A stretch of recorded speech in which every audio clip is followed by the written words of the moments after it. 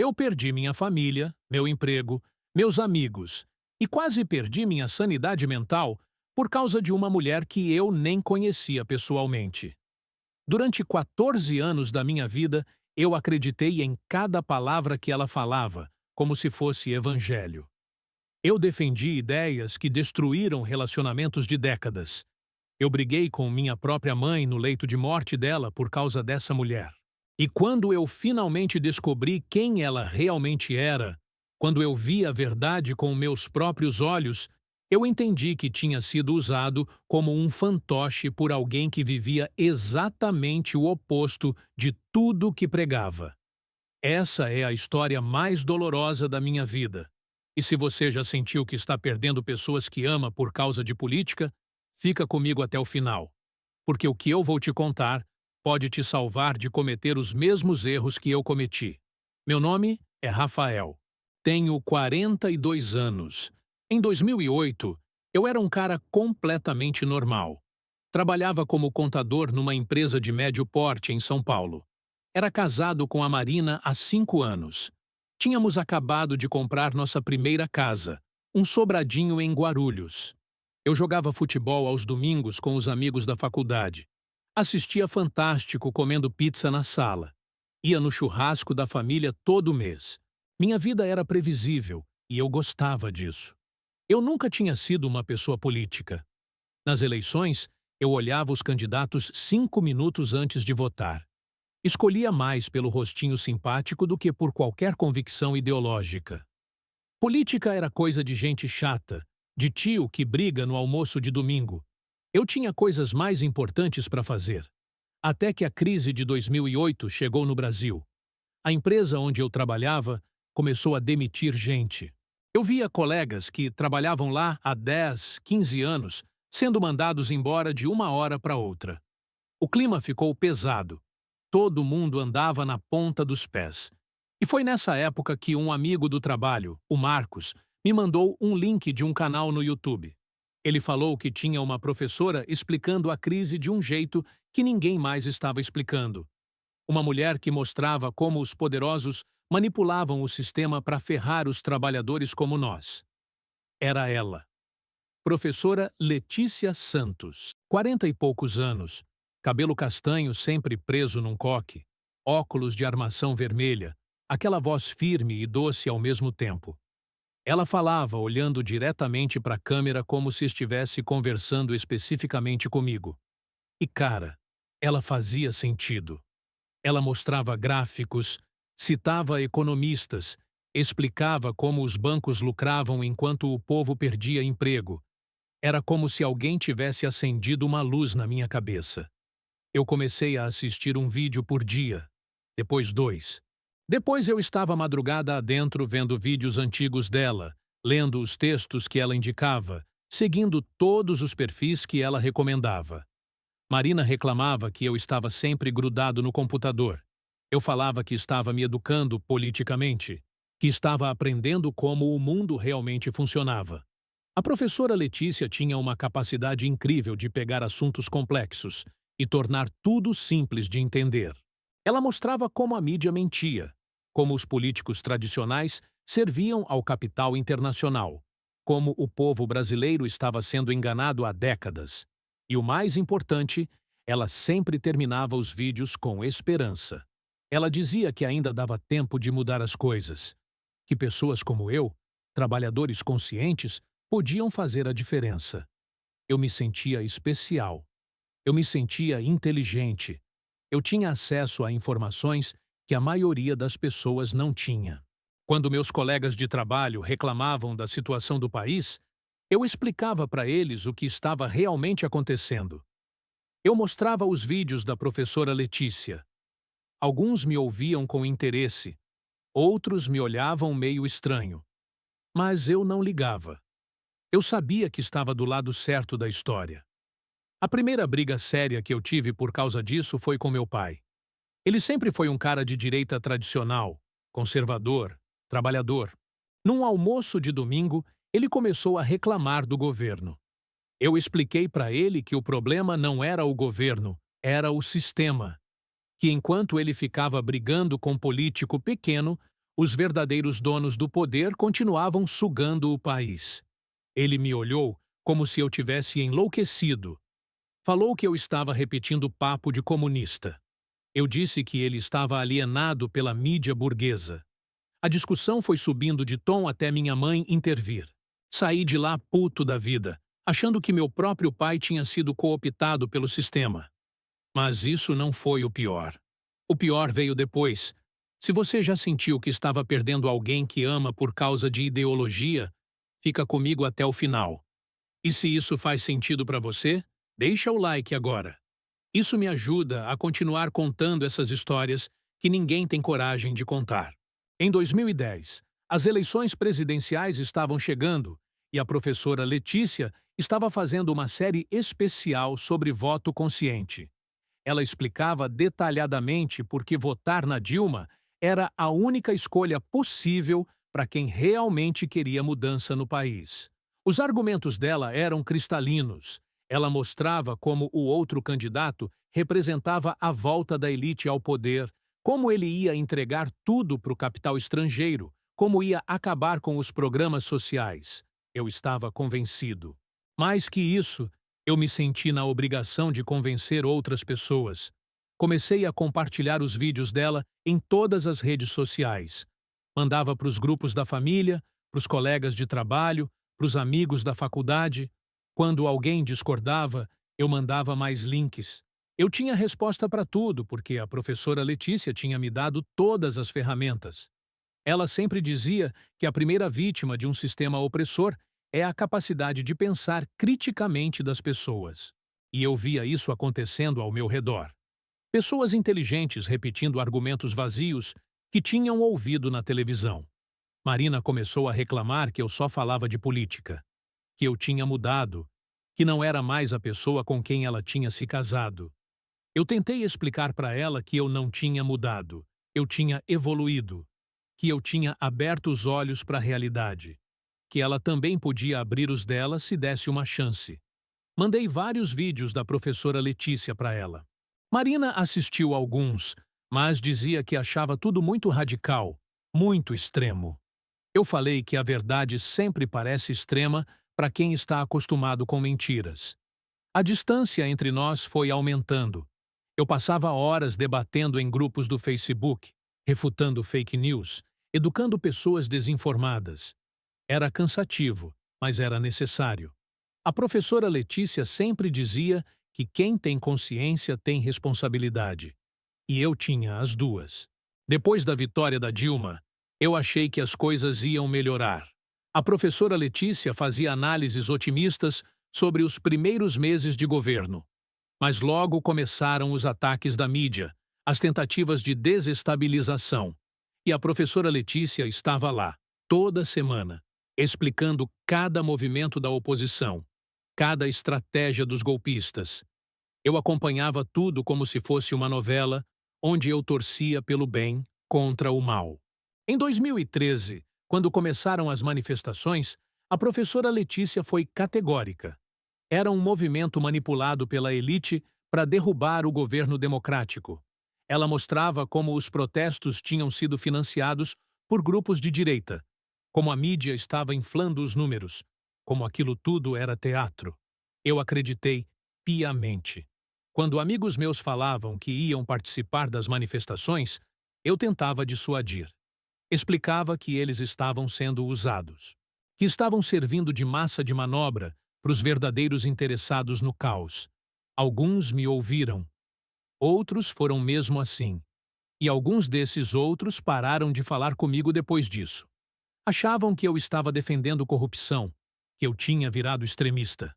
Eu achava que eles tinham sido cooptados pela máquina de propaganda da direita. A professora Letícia sempre dizia que, em momentos de crise, as pessoas mostram seu verdadeiro caráter. E eu estava vendo isso acontecer ao meu redor. Me conta nos comentários. Você já passou por isso? Já sentiu sua família se afastando por causa de política? Escreve aí. Eu leio todos os comentários. Marina estava cada vez mais distante. Ela dizia que eu tinha virado outra pessoa, que eu só sabia falar de conspiração, que eu via inimigo em todo lugar. Eu tentava explicar que não era paranoia, era consciência. Que quando você enxerga como o sistema funciona, você não consegue mais viver na ignorância. Que ela podia escolher entre ficar na Matrix azul da alienação ou tomar a pílula vermelha da realidade. Ela escolheu a Matrix. Em dezembro de 2013, Marina me disse que queria o divórcio, que não conseguia mais viver com alguém que via o mundo como um grande complô, que queria de volta o homem com quem tinha se casado, não o militante político em que eu tinha me transformado. Eu disse que ela estava cometendo o maior erro da vida dela, que ela estava escolhendo a alienação ao invés do amor, que um dia ela ia entender que eu estava certo. Ela saiu de casa numa sexta-feira de manhã, levou 2 malas e o gato. Deixou a aliança em cima da cômoda do quarto. Eu fiquei sozinho naquele sobradinho que a gente tinha comprado cheio de planos. O silêncio era ensurdecedor. Eu conseguia ouvir o barulho do relógio da cozinha do quarto. O cheiro do perfume dela ainda estava impregnado no travesseiro. Mas eu não podia fraquejar. A professora Letícia sempre dizia que a luta pela consciência tem um preço. Que quem escolhe ver a verdade, às vezes, perde pessoas pelo caminho. Que isso fazia parte do processo de libertação mental. E que, no final, quando a verdade viesse à tona, essas pessoas voltariam pedindo desculpas. Se você está acompanhando até aqui, se inscreve no canal. Sério. O que vem agora é a parte mais difícil de contar. Entre 2014 e 2016, eu me aprofundei ainda mais nos ensinamentos da professora Letícia. Ela estava fazendo uma cobertura impecável do golpe que estava sendo armado contra a democracia. Eu acompanhava cada sessão da Câmara, cada movimento do Judiciário, cada articulação da mídia. Era como assistir um thriller político em tempo real. E eu tinha o melhor comentarista possível me explicando cada cena. Meus pais tentavam me visitar, me chamar para almoços de domingo. Mas as conversas sempre terminavam em discussão. Eles não conseguiam entender que o país estava vivendo um momento histórico, que estávamos presenciando o maior ataque à democracia desde a ditadura militar. Eles achavam que eu estava exagerando, que eu tinha virado fanático. Eu achava que eles estavam sendo coniventes com o fascismo. O pior foi quando minha mãe ficou doente. Em março de 2016, ela descobriu um câncer no pâncreas. O médico disse que era grave, que ela teria que fazer quimioterapia imediatamente. Eu fui visitá-la no hospital no dia seguinte ao diagnóstico. Ela estava frágil, com medo, precisando de apoio. E no meio da conversa, ela comentou sobre o impeachment da Dilma. Disse que achava que talvez fosse melhor mesmo trocar de governo, que o país estava uma bagunça. Eu explodi. Ali, no quarto do hospital, com minha mãe ligada no soro, eu gritei com ela. Disse que ela estava reproduzindo narrativa golpista, que ela estava sendo manipulada pela Globo, que ela não entendia nada do que estava acontecendo, que era exatamente esse tipo de pensamento alienado que estava destruindo a democracia no país. Minha mãe começou a chorar. Ela falou que só queria conversar com o filho dela, não com um militante político, que ela estava morrendo e só queria ter paz. Eu saí do hospital puto da vida, achando que nem minha própria mãe conseguia enxergar a gravidade do momento histórico que estávamos vivendo. A professora Letícia sempre dizia que o fascismo se infiltra em todos os espaços, inclusive na família. Que às vezes a pessoa que você mais ama pode ser porta de entrada da alienação na sua vida. Minha mãe morreu em agosto de 2016, 3 dias depois do impeachment da Dilma. Eu estava no velório quando chegou a notícia de que o Senado tinha aprovado o afastamento definitivo. Eu me lembro de estar ali, olhando para o caixão da minha mãe, ouvindo meus parentes comentarem sobre política e sentindo um vazio imenso no peito. Não era só tristeza pela morte dela. Era a sensação de que eu estava sozinho no mundo, cercado de pessoas que não conseguiam enxergar a realidade. No cemitério, na hora de jogar terra no caixão, meu pai me abraçou e sussurrou no meu ouvido que minha mãe tinha morrido triste por causa da nossa distância. que ela falava todo dia que sentia falta do filho que ela tinha criado, que ela não entendia o que tinha acontecido comigo. Eu disse para ele que ela tinha morrido sem entender o momento histórico que estava vivendo, que era uma pena, mas que eu não podia abrir mão das minhas convicções nem para a família. Ele me olhou com uma mistura de decepção e pena que eu nunca vou esquecer. Falou que eu tinha perdido a humanidade e se afastou. Eu saí do cemitério e fui direto para casa assistir o último vídeo da professora Letícia sobre o golpe. Ela estava indignada, revoltada, mas firme. Dizia que a luta continuava, que a resistência estava apenas começando, que pessoas como eu, que tinham consciência e coragem, eram fundamentais para reverter aquela situação. Eu me senti importante novamente. Eu tinha um propósito maior que minhas pequenas tragédias pessoais. Se você conhece alguém que está passando por isso agora, manda esse vídeo para essa pessoa. Não para convencer, só para mostrar que tem alguém que entende. Entre 2016 e 2018, eu vivi completamente isolado do mundo real. Trabalhava durante o dia, chegava em casa e mergulhava no universo da professora Letícia. Ela estava fazendo uma cobertura em tempo real da perseguição ao Lula, da farsa da Lava Jato, da ascensão do fascismo no Brasil. Eu acompanhava cada audiência, cada decisão judicial, cada movimento da mídia. Era como viver numa realidade paralela onde eu tinha acesso privilegiado aos bastidores da história. Eu tinha parado de sair com amigos. A maioria deles tinha se revelado golpista ou alienado. Eu tinha parado de falar com parentes. Eles não conseguiam acompanhar a complexidade do momento político. Eu tinha parado de namorar. Como confiar em alguém que não conseguia enxergar o óbvio sobre o que estava acontecendo no país? Minha vida social se resumia aos grupos online de seguidores da professora Letícia. Lá eu me sentia em casa. Todo mundo falava a mesma língua. Todo mundo entendia a gravidade da situação. Todo mundo estava disposto a lutar pela democracia. Éramos como soldados numa guerra que o resto do país nem sabia que estava acontecendo. A professora Letícia estava organizando encontros presenciais em várias cidades do Brasil. Em julho de 2017, ela veio a São Paulo. Era minha chance de conhecer pessoalmente minha grande mentora. Eu paguei R$ 150 pelo ingresso, que era caríssimo para mim na época, mas era um investimento na minha formação política. O evento era num auditório na Bela Vista. Umas 200 pessoas, a maioria da minha idade ou mais velha. Todo mundo muito educado, muito consciente. A professora Letícia entrou no palco e foi ovacionada de pé. Ela estava ainda mais imponente pessoalmente. Voz firme, gesticulação precisa, aquele olhar penetrante que eu conhecia tão bem dos vídeos. Ela falou por 2 horas sobre resistência democrática, sobre organização popular, sobre o papel da intelectualidade consciente na luta contra o fascismo. Eu estava hipnotizado. Era como se ela estivesse falando diretamente comigo, como se conhecesse minha história pessoal, meus sacrifícios pela causa. No final, teve uma sessão de perguntas. Eu levantei a mão e contei minha história.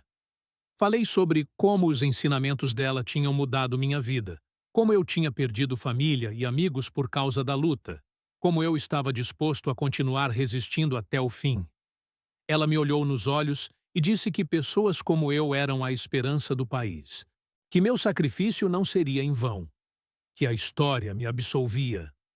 Eu saí de lá nas nuvens.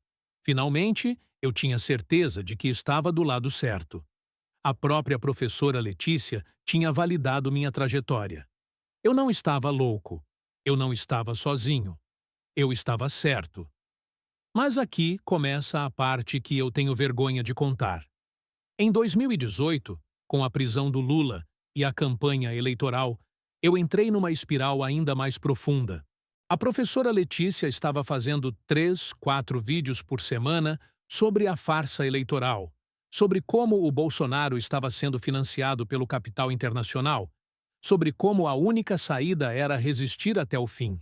Eu comecei a contribuir financeiramente com o canal. R$ 100 por mês, que era muito dinheiro para mim, mas era minha contribuição para a manutenção da resistência democrática. Eu comecei a faltar no trabalho para acompanhar eventos políticos. Passei 3 dias consecutivos na frente da Polícia Federal durante a prisão do Lula. Faltei uma semana inteira para acompanhar o julgamento do TSE sobre a candidatura dele. Meu chefe me chamou para conversar. Disse que eu estava com um comportamento estranho, que minha produtividade tinha caído, que eu parecia obsessivo com política. Eu expliquei que o país estava vivendo um momento excepcional, que pessoas conscientes tinham obrigação de se posicionar. Ele disse que eu podia me posicionar no meu tempo livre, não no horário de trabalho. Eu saí daquela conversa com a sensação de que até meu chefe tinha sido cooptado pelo sistema. A professora Letícia sempre dizia que o capitalismo tenta despolitizar os trabalhadores, fazer com que eles acreditem que política não é importante. Era exatamente isso que estava acontecendo. Depois da eleição do Bolsonaro, eu entrei em depressão profunda. Não conseguia acreditar que o país tinha escolhido o fascismo. A professora Letícia fez uma série especial sobre como sobreviver psicologicamente à ditadura. Ela explicava que momentos como aquele separavam os verdadeiros resistentes dos colaboracionistas, que era normal sentir tristeza, mas que não podíamos desistir. Eu me agarrei nessas palavras como um náufrago se agarra numa tábua. Eu não podia desistir. Eu tinha investido anos da minha vida naquela luta. Eu tinha perdido família, amigos, casamento. Se eu desistisse agora, tudo teria sido em vão. Comenta aqui embaixo. Você já teve um momento assim? Um momento que te fez questionar tudo que você acreditava? Foi em abril de 2019 que minha vida mudou completamente. E de uma forma que eu jamais imaginaria. Eu estava navegando no Instagram quando vi uma foto que me deixou perplexo. Era a professora Letícia numa praia paradisíaca, de biquíni, num resort de luxo, brindando com uma taça de champanhe. A legenda dizia alguma coisa sobre merecidas férias depois de tanto trabalho pela democracia. Eu fiquei confuso. Como ela tinha dinheiro para esse tipo de viagem? Os vídeos dela sempre davam a entender que ela vivia modestamente, dedicando toda sua energia à luta política. Comecei a stalkear o perfil pessoal dela, que eu nunca tinha procurado antes. E cara, foi como descobrir que Papai Noel não existe. Fotos de restaurantes caríssimos, de vinhos de R$ 1.000 a garrafa, de roupas de grife, de carros importados. E o pior, fotos dela com empresários, com políticos que ela sempre criticava nos vídeos, com gente que claramente fazia parte da elite econômica do país. Eu pensei que podia estar interpretando mal. Talvez fossem fotos antigas, de antes dela despertar politicamente. Mas as datas mostravam que eram recentes, muito recentes, de 2018, 2019. Exatamente no período em que ela estava fazendo os vídeos mais radicais sobre resistência ao capitalismo. Eu comecei a investigar mais fundo. Procurei informações sobre a vida dela na internet. Descobri que ela era filha de um empresário do agronegócio, que tinha estudado nas melhores escolas particulares de São Paulo, que tinha feito mestrado na Europa, que o apartamento onde ela gravava os vídeos ficava num dos prédios mais caros da Vila Madalena. Mas o golpe de misericórdia veio quando eu descobri a empresa dela. A professora Letícia Santos não era apenas uma militante política generosa, compartilhando conhecimento gratuitamente. Ela era proprietária de uma empresa de marketing digital especializada em monetização de conteúdo político. Uma empresa que faturava milhões por ano vendendo cursos online, consultorias e serviços de comunicação para políticos de esquerda. Eu encontrei o CNPJ da empresa, vi os contratos que ela tinha com partidos políticos, vi quanto ela cobrava por hora de consultoria. R$ 2.000, R$ 2.000 por hora. Eu ganhava 1.500 por mês e estava doando 100 para ela, achando que estava ajudando uma professora humilde a manter a resistência democrática. Naquela noite, eu não consegui dormir. Eu ficava rolando na cama, repassando na cabeça todos os vídeos que eu tinha assistido, todas as contribuições que eu tinha feito, todas as brigas que eu tinha tido defendendo as ideias dela. E a ficha foi caindo devagar, como uma gota de tinta se espalhando na água. Eu tinha sido usado. Durante 14 anos, eu tinha sido usado como fantoche por uma mulher rica que vendia esperança política para gente como eu. Gente frustrada, gente que queria acreditar que entendia o mundo melhor que os outros, gente que estava disposta a sacrificar relacionamentos pessoais em nome de uma causa maior. A professora Letícia não acreditava numa palavra do que falava nos vídeos. Ela estava vendendo um produto. E o produto era eu. Era minha raiva, minha indignação, meu senso de superioridade moral. Ela tinha construído um império financeiro em cima de pessoas como eu. Pessoas que precisavam se sentir especiais, esclarecidas, do lado certo da história. Eu me lembro de ter vomitado naquela madrugada. Não de ressaca, não de comida ruim, de nojo de mim mesmo, de nojo de ter sido tão ingênuo, tão manipulável, tão patético. Eu tinha destruído minha vida por causa de uma influencer milionária que ria da minha cara enquanto contava o dinheiro que eu mandava para ela todo mês. Na manhã seguinte, eu cancelei minha contribuição mensal. Saí de todos os grupos de seguidores dela. Apaguei todos os vídeos que tinha compartilhado ao longo dos anos. E comecei a tarefa mais difícil da minha vida: tentar reconstruir tudo que eu tinha destruído. Liguei para o meu pai. Ele demorou para atender. Quando atendeu, eu falei que queria conversar, que precisava pedir desculpas, que tinha entendido algumas coisas e queria tentar consertar nossa relação. Ele ficou em silêncio por alguns segundos. Depois disse que eu podia ir almoçar com ele no domingo. Foi o almoço mais difícil da minha vida. Eu contei tudo para ele. Como eu tinha me deixado levar por uma pessoa que eu nem conhecia. Como eu tinha virado as costas para a família por causa de política. Como eu tinha perdido anos da minha vida vivendo numa bolha de ódio e superioridade moral. Meu pai me ouviu em silêncio. No final, ele só disse que minha mãe teria ficado feliz em saber que eu tinha voltado ao normal. Procurei alguns amigos antigos. Pedi desculpas pelas brigas, pelos cortes de relação, pelo fanatismo. Alguns me receberam bem. Outros disseram que era tarde demais. Marina, eu tentei ligar várias vezes, mas ela não quis conversar. Soube depois que ela tinha se casado de novo e estava grávida. Eu tinha perdido ela para sempre. No trabalho, voltei a ser o profissional que eu era antes. Parei de falar de política. Voltei a me concentrar nos números, nas planilhas, na rotina. Meus colegas perceberam a mudança, mas ninguém comentou nada diretamente. Acho que todos ficaram aliviados. O mais difícil foi lidar com a vergonha. A vergonha de ter sido tão facilmente manipulado. A vergonha de ter destruído relacionamentos por causa de uma mentira. A vergonha de ter perdido anos da minha vida seguindo uma pessoa que estava apenas vendendo um produto.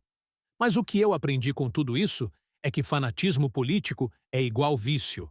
Você vai subindo a dose até perder completamente a noção da realidade. Você vai se isolando de qualquer voz que contradiga sua narrativa. Você vai construindo uma identidade em torno de uma ideologia até não conseguir mais enxergar onde você termina e a ideologia começa. E o pior de tudo, você faz isso achando que está sendo corajoso, que está lutando pelo bem, que está do lado certo da história.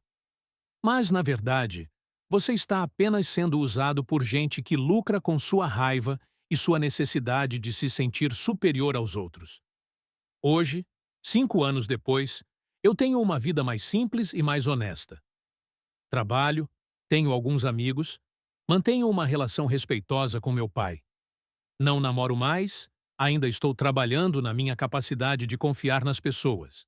E evito política como se fosse peste bubônica. Não porque eu ache que política não é importante. É importante sim, Mas porque eu entendi que quando política vira religião, quando você começa a ver o mundo dividido entre salvos e condenados, você para de pensar e vira apenas um repetidor de narrativas de outras pessoas. E se você chegou até aqui, talvez essa história não seja só minha. Talvez seja sua também. Talvez você também esteja seguindo alguém que está vendendo esperança política em troca da sua humanidade. Talvez você também esteja perdendo pessoas que ama por causa de ideias que nem são suas de verdade. Eu não posso voltar no tempo. Não posso ressuscitar minha mãe e pedir desculpas por ter sido um filho fanático nos últimos meses de vida dela. Não posso reconquistar Marina e construir a família que a gente sonhava. Não posso recuperar 14 anos da minha vida que eu desperdicei sendo fantoche de uma influencer milionária. Mas posso te avisar antes que seja tarde demais. Antes que você perca tudo como eu perdi. Antes que você acorde numa manhã e descubra que destruiu sua vida defendendo alguém que não daria 2 centavos por você. Se esse relato te tocou de alguma forma, deixa o like. Se inscreve se você ainda não é inscrito. E comenta, mesmo que seja para discordar. Nos vemos no próximo relato.